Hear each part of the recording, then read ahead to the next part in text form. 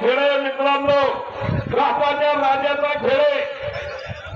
रत्नदादा ढेरंगे आणि नारायण शेठ मोरे सरपंच अनाउन्सर मंडळीसाठी 1000 रुपयाचं बक्षीस। हे आज काय झालंय तर इलेक्शनवर थांबामध्ये वर घ्यायचं काय झाले